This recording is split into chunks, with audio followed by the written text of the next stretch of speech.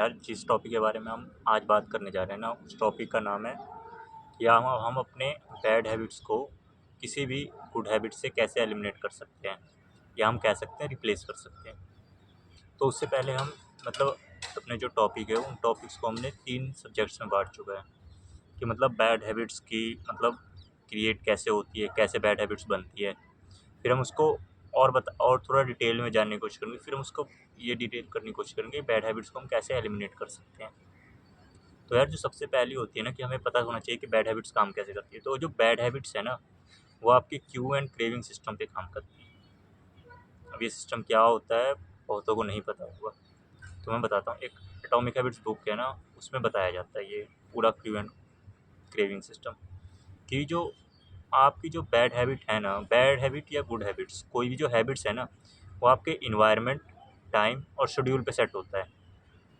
अगर जब आप उस पर्टिकुलर इन्वायरमेंट में पर्टिकुलर टाइम पर, अगर जब आप उस बैड हैबिट्स को या किसी भी हैबिट्स को आप अपने दिमाग में एक्टिवेट कर दो, तो आप उसको वो जज कर सकते हो, मतलब आप उसको सेट कर सकते हो। तो आप उसको एलिमिनेट कर सकते हो कि अब आपको ये करना है या नहीं करना है। बैड हैबिट्स ऐसे ही क्रिएट होती है। आप खुद वीडियो को पॉज करके थोड़ी देर सोच सकते हो कि जो आपने जितनी बार भी मतलब आपके दिमाग में बैड हैबिट्स है, आपकी बहुतों की होती, आपकी सबकी होती है यार, गुड हैबिट्स और बैड हैबिट्स। ये तो लाइफ का बैलेंस है। तो आपको ये देखना पड़ेगा कि जो आपकी बैड हैबिट्स है, आप सोच के देखो कि क्या उस पर्टिकुलर इन्वायरमेंट में, पर्टिकुलर टाइम पे, जो आपने किसी एक बैड हैबिट्स को जो वो की है, क्या कहते हैं, रिपीट की है, तो उसको फिर आप कितनी बार कर रहे हो। मतलब आप इन्वायरमेंट, आप सोच के देखो कि क्या वो इन्वायरमेंट वो सेम है, कि जो आप बैड हैबिट को रिपीट कर रहे हो कि वो हर बार का जो इन्वायरमेंट है वो सेम ही है वो। क्योंकि इन्वायरमेंट चेंज नहीं होगा किसी भी बैड हैबिट के लिए, पर्टिकुलरली वही चीज़ होगी।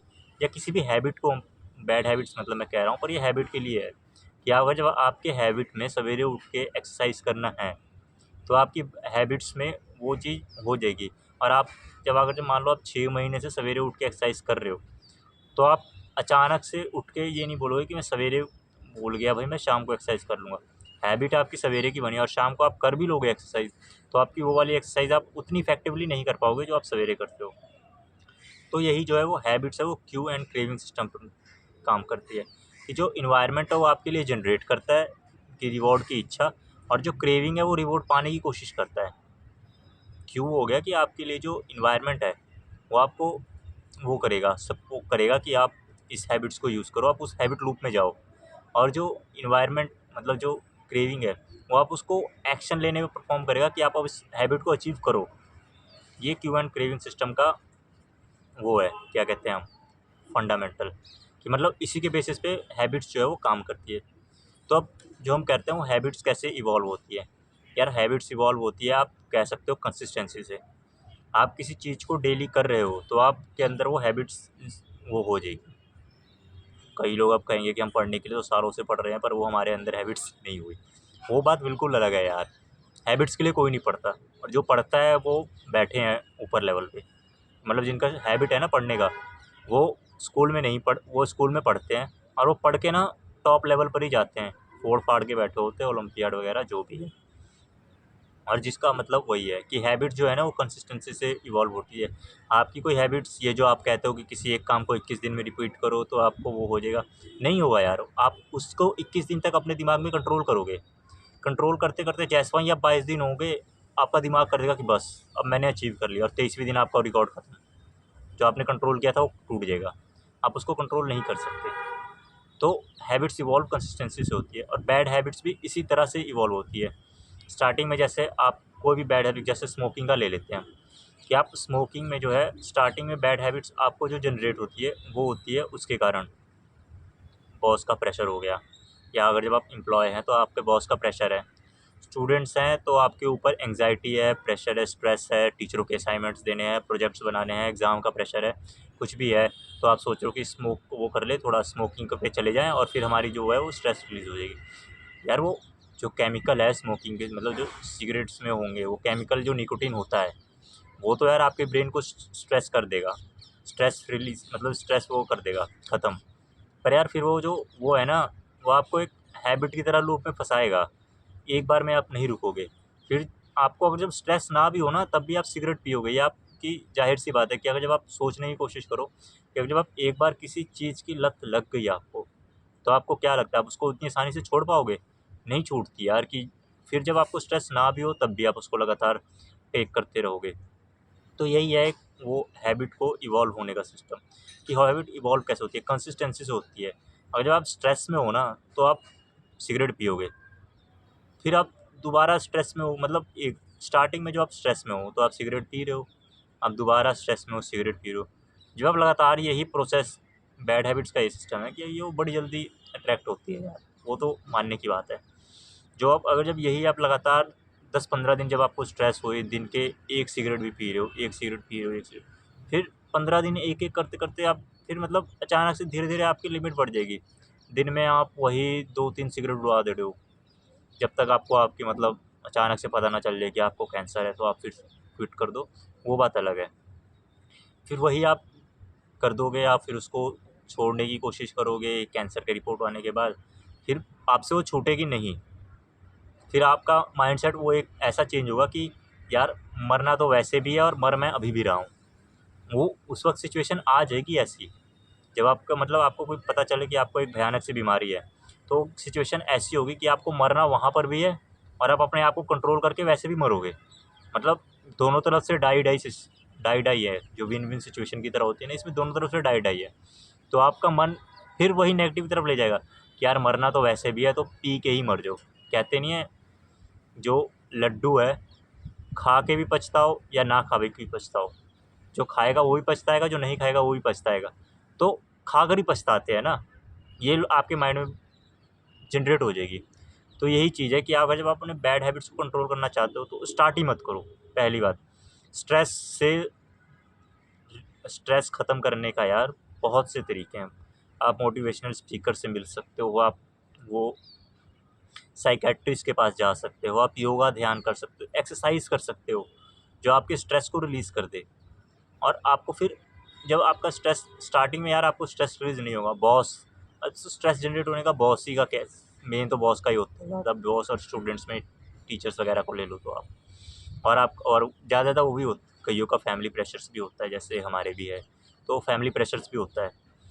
पर ये सोचो कि प्रेशर लेने से आपसे कुछ होगा नहीं। एक फ़िलॉसफ़ी में बहुत अच्छी सी चीज़ है कि आप जिस चीज़ों को कंट्रोल कर सकते हो उसको कंट्रोल करने की कोशिश करो। पर जब आप जो कंट्रोल ही नहीं कर सकते, उसको आप कंट्रोल क्यों कर रहे हो? यार आपका कंट्रोल तो अपनी बॉडी के ऊपर है, आप कंट्रोल अपने माइंड के ऊपर है, आपका कंट्रोल आपके आज प्रेज़ेंट डे के ऊपर है और किसी चीज़ पे नहीं है। आपका बॉस आपको कभी भी काम दे सकता है। आपकी फैमिली में सडनली ऐसा एनवायरनमेंट क्रिएट हो जाएगा कि आप कुछ नहीं कर सकते। ये भी सिचुएशन है। और फिर स्टूडेंट्स में भी प्रोजेक्ट्स वगैरह वो होते रहते हैं, वो मैं झेल चुका हूँ, झेल ही रहा हूँ, मतलब कह सकते हो आप।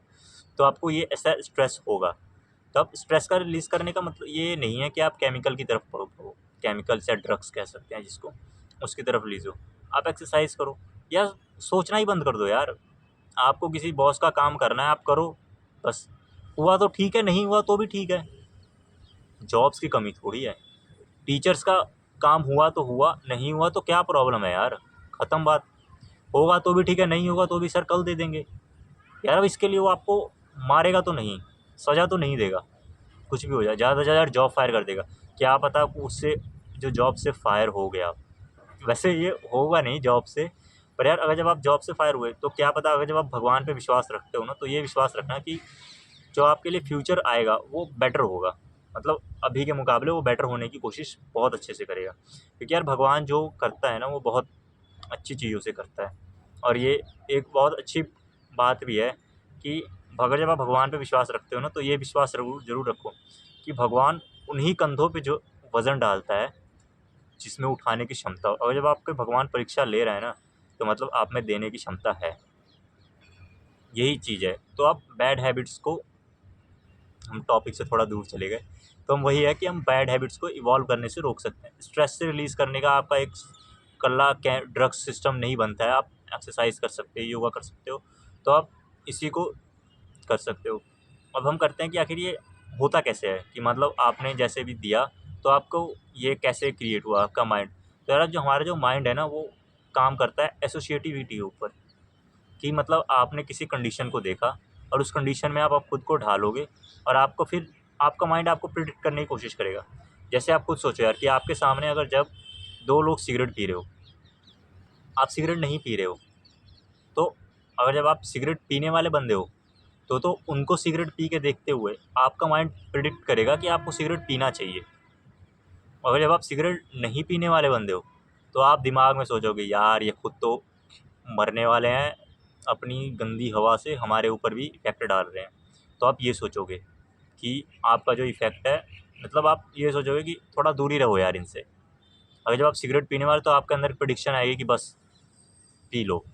वही एसोसिएटिविटी का फंडा है जो मैंने आपको शुरू में बताया था, क्यू कि मतलब CUE है, मतलब यहाँ सिंपल क्यू नहीं है कि जो वो जनरेट होगा, वो जनरेट होने का कारण ही यही होता है कि आपको इन्वायरमेंट मिल रहा है, टाइम मिल रहा है। वो बंदे सिगरेट पी रहे थे, आपको भी मतलब दिख गया तो वो इन्वायरमेंट बन गया सिगरेट पीने का। टाइम भी है, ऑफिस से बाहर निकले हो, कॉलेज से बाहर निकले हो, स्ट्रेस भी होगा, रिलीज़ करना है, मौका भी है, तो आपने वो चीज़ कर दी। पर यार सिर्फ वही चीज़ थोड़ी है, आपने फिर वो हैबिट्स को कैच किया और आपने किया, क्योंकि अब आपका जो ब्रेन है ना, वो ऐसे ही काम करता है कि एसोसिएटिविटी की अगर जब आप उस वक्त सिगरेट पी लिए, भले आप पहली बार पी लिए, अगर जब आपने उस वक्त पहली बार सिगरेट पी लिया ना, तो आपका ब्रेन वो हर बार आपको एसोसिएट करने की कोशिश करेगा। हर बार अगर जब आप किसी 2 बंदों को सिगरेट पीते हुए देखोगे ना, तो आपका ब्रेन प्रिडिक्ट करेगा कि भाई पी ले, बाकी चीज़ें बाद की।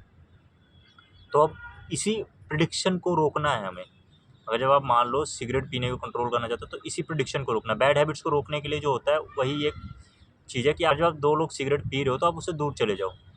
ये तो बेसिक्स फंडा है। जो लॉजिकल सिस्टम चलते हैं ना, वो हम सोचते हैं। ये जो क्यू एंड क्रेविंग सिस्टम है वो कैसे होगा। अब सोच के देखो, आपने उन दोनों को सिगरेट पीते हुए देखा, आपकी इंटरनल सोल अलग की, आपका एक्सटर्नल फोकस अलग है। आपकी एक्सटर्नल और जो इंटरनल और एक्सटर्नल सोल के बीच में, मतलब जो माइंड्स गेम है उसके बीच में जो डिफरेंस देखोगे वो आपका सिर्फ एक सिगरेट का होगा। इंटरनल आपके अंदर सिगरेट पीने या ना पीने की इच्छा जागेगी, एक्सटर्नल उसको अचीव करने की कोशिश करेगा कि पी लेते हैं। और जो एक्सटर्नल और इंटरनल के बीच में जो डिफरेंस होता है ना, उसी को हम डिज़ायर करते हैं। पहले जो होती है ना, वो हमारे अंदर ही होती है। जैसे आपने किसी चीज़ को पाने की इच्छा की और आपके पास इच्छा तो है पर आप पा नहीं पाए, तो आप पाने के लिए ना उसको एक्सटर्नली मतलब कोई इन्वायरमेंट में ही काम करोगे ना उस चीज़ को पाने के लिए। और इंटरनली तो आपने उसको पा लिया, इंटरनली तो आप उसको सक्सेसफुल कर गए, अब उसको एक्सटर्नली पार करोगे। अब इंटरनली पाने में और एक्सटर्नली पाने में जो वो डिफरेंस होगा ना, उसी को हम डिज़ायर कहते हैं। अब आप डिज़ायर को अचीव करने की कोशिश करोगे और इसी डिज़ायर को अचीव करने के लिए ना फिर आप वो करोगे, अपनी बॉडी का जो भी है मेटाबॉलिज्म या इन्वायरमेंट चेंज करने की कोशिश करोगे, यानी आप अपना एक्सटर्नल सिस्टम चेंज करोगे।